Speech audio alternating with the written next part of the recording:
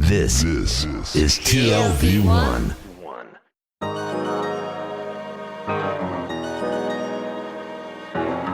The Tel Aviv Review.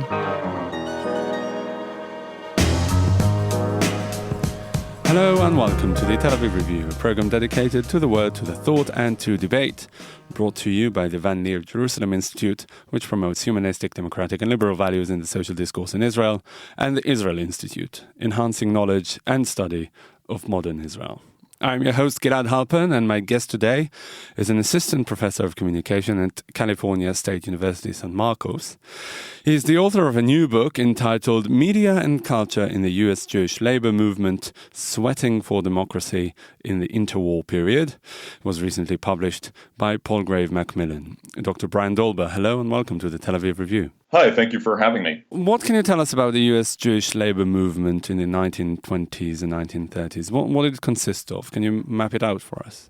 Sure. So the Jewish labor movement in the United States primarily consisted of immigrant workers, and by the 1920s and 1930s, the children of immigrant workers who had come to the United States from Eastern Europe, really between 1880 and 1920. There were about 2.5 million Jews from the Pale of Settlement and other locations in Eastern Europe that primarily came to New York City, but also major industrial areas in the Northeast and Midwest, and really began organizing in the late 19th century, but by around 1910 or so had really developed into a movement and with primarily a socialist orientation. And in the 1920s in the United States, following World War I and following the Bolshevik Revolution, there was a massive Red Scare and a rise of anti-Semitism, anti-labor attitudes, anti-radical sentiment, and policies were implemented that really halted immigration in the 1920s. So the workers in that period, beginning around 1919, 1920, became in some ways cut off from this flow of migration. And while other industries saw a real decline in organizing, and other ethnic groups in the United States were, really halted from kind of expressing, cultural identities. To a large extent, organizing continued in the Jewish community, largely as a result of supporting newspapers and other kinds of culture that really enabled some of these organizations within the garment industry in particular to sustain themselves during that period when the rest of the U.S. labor movement was really collapsing. Yeah, we'll get to that in a second. I just want to ask you about the movement itself. How powerful were they? I mean, how many people actually belonged to it? How were they organized in all sorts of unions? And was there a federation? Did they have any political clout? And also, was the Jewish movement distinct from similar non-Jewish movements, or was it just a subsidiary of it? So, as I said, the primary industry that we're talking about is the garment industry, and there were a number of unions that came about within the garment industry. The two major ones were the International Ladies Garment Workers Union and the Amalgamated Clothing Workers of America. And those two unions really organized initially to a large extent outside of what had been the dominant U.S. labor movement, which had been really craft dominated. So rather than organizing unskilled workers or low-skilled workers, they really focused on craft workers. And there were also, forms of racism and anti-Semitism, gender dynamics as well, that prevented the older unions from really addressing the issues that many immigrant workers were facing at that time. And so in part because of industry, in part because of culture and language and different sort of set of politics, the garment workers really had, which were largely Jewish, although not exclusively, it was largely immigrant Jews and to a large extent, women immigrant Jews who were organizing among themselves, and then other workers who were also in those industries, primarily Italian immigrants. So they, to a large extent, were affiliated with the socialist movement in the United States, which did encompass other ethnic groups and other kinds of workers. But I think it wouldn't be proper to say a majority, but I think you could argue a plurality of the active, socialist workers, particularly in New York, were Jewish immigrants or the generation after immigration. But the Jewish movement wasn't associated with socialist and progressive causes more than other unions, was it? Well, I think in that period, in the 1920s, they really were, because in that time you had a lot of, as I said, a Red Scare, a fear of radicalism, a fear of communism, and the labor movement, kind of from the top, the American Federation of Labor, took an approach in the 1920s that was referred to as bread and butter unionism. This was the idea that the main purpose of a union was simply to get better wages and maybe some workplace protections. But what happened in the garment industry was a much greater attention to the role that the union could play in transforming society and in being kind of a part of the everyday life of the working class. And that was something that really derived, to a large extent, from a kind of Bundist orientation that had taken root in Eastern Europe, where Jewish immigrants coming, especially those who came after 1905 to the United States, tended to have more of a radical orientation and saw culture as an important component of both organizing and unions as being part of a larger cultural shift. And this leads us really to the main argument of your book, that the focus on culture allowed them to gain power and reinvent themselves when needed and make themselves more relevant as the events unfolded. How do you define culture in this sense, in the context of organized labor and the Jewish population in America at the time, and what really are the modalities of this focus on culture? So I think when we often talk about labor and we talk about unions, even today, there is a sense, or maybe even especially today, there's a sense that these things are removed from, our everyday lives and the kinds of ideas and ideologies, right, in our society. That these are just membership organizations that, work to ensure that you are paid better. What was happening, I think, in the 1920s and in the 1930s was an integration of, an emerging what we would maybe call the culture industries, right? With the emergence of film, with the explosion of newspapers, and all these things happening in concert with an expanding form of consumer capitalism.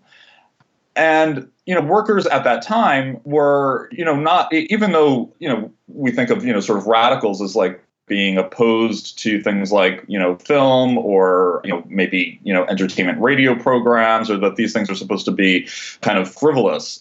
Workers in their day-to-day lives were engaging with them. And this was particularly true of garment workers in New York City and in other major urban areas. So, one of the things that I think some of the leaders of the Jewish labor movement realized was it didn't make sense to make this distinction between, being a real radical who was, serious and separated themselves from things like entertainment or sports or fashion, the sorts of elements of a consumer society, but that these were also ways that you could reach workers and that they actually played a role in bringing people together, which is an essential component of organizing and building solidarity. But it didn't go down that smoothly, right? Because at the end of the day, harnessing these cultural artifacts were, in a sense, submission to capitalist order.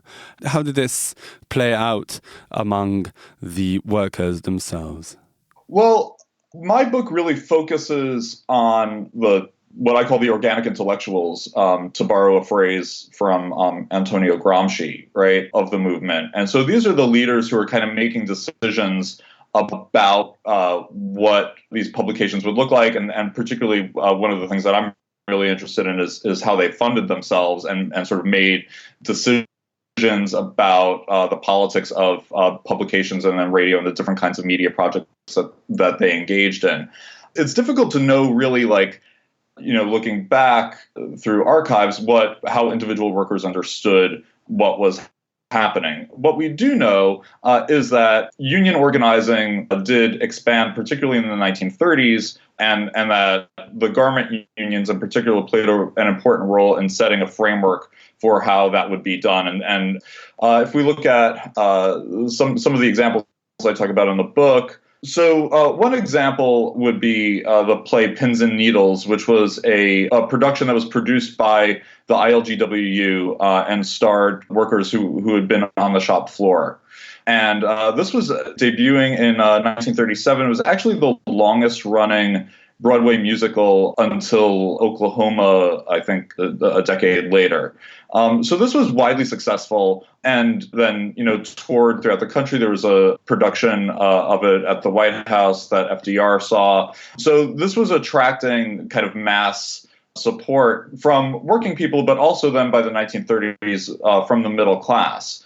A newspaper like the Forward, which is still around today in different incarnations, that had been the largest circulating foreign language newspaper in the country in the United States, with 250,000 readers. So it's difficult to know necessarily what people thought about these things or the extent to which they were central in their lives or in their ideology. But they were very much,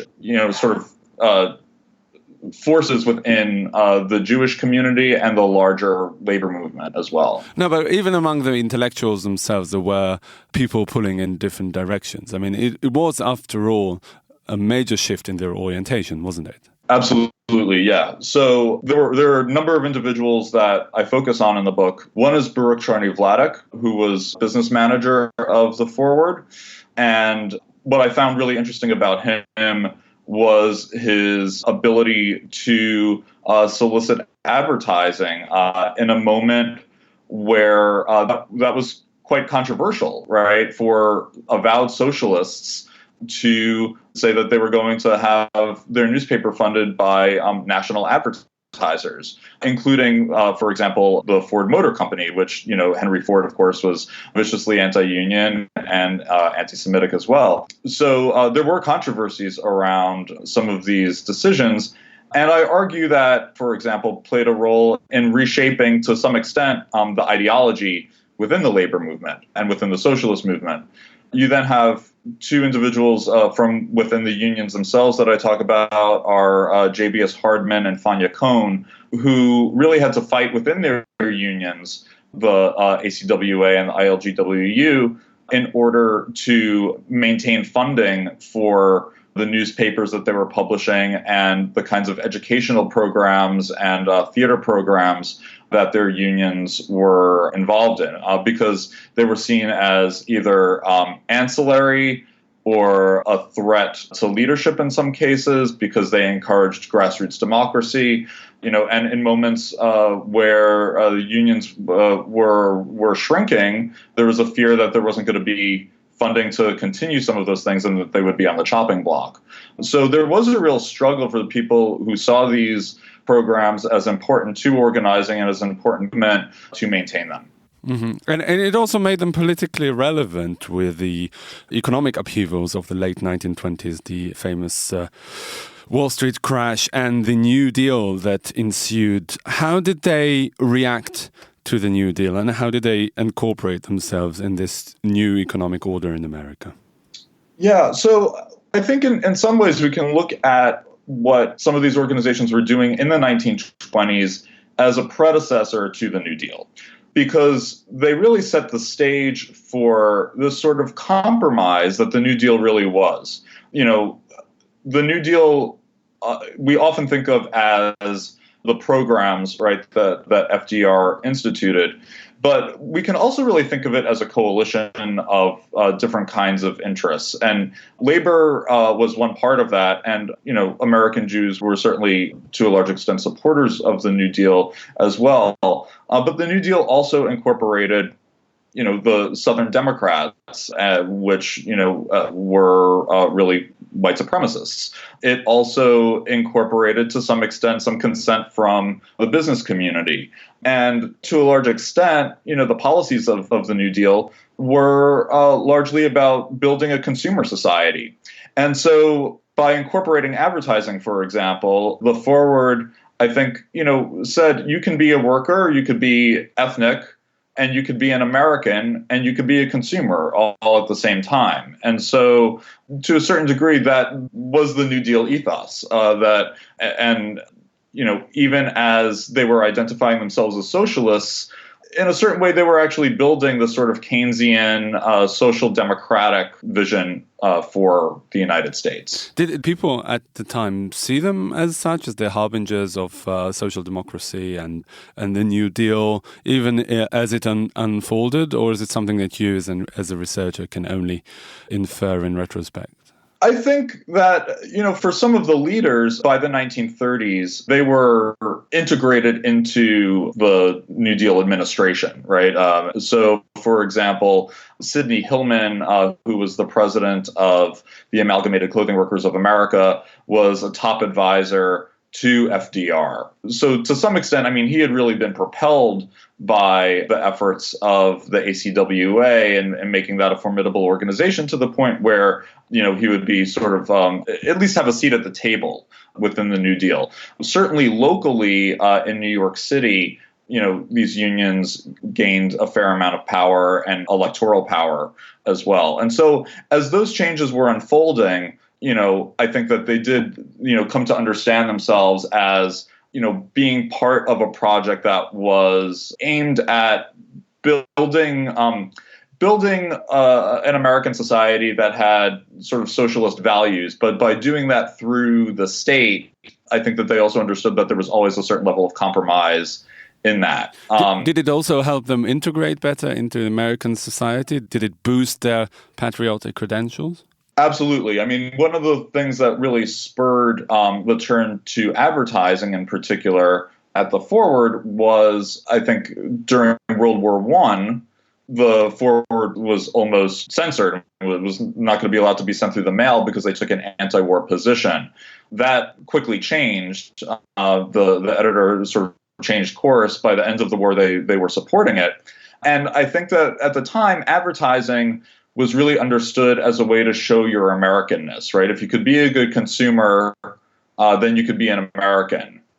And so by showing that they were, part of this consumer society, that they were accepting advertising, that they were building Jewish workers as good consumers, that, I think, told elites that, these are people who can be, part of sort of capitalist vision of America, even as they were critical of it.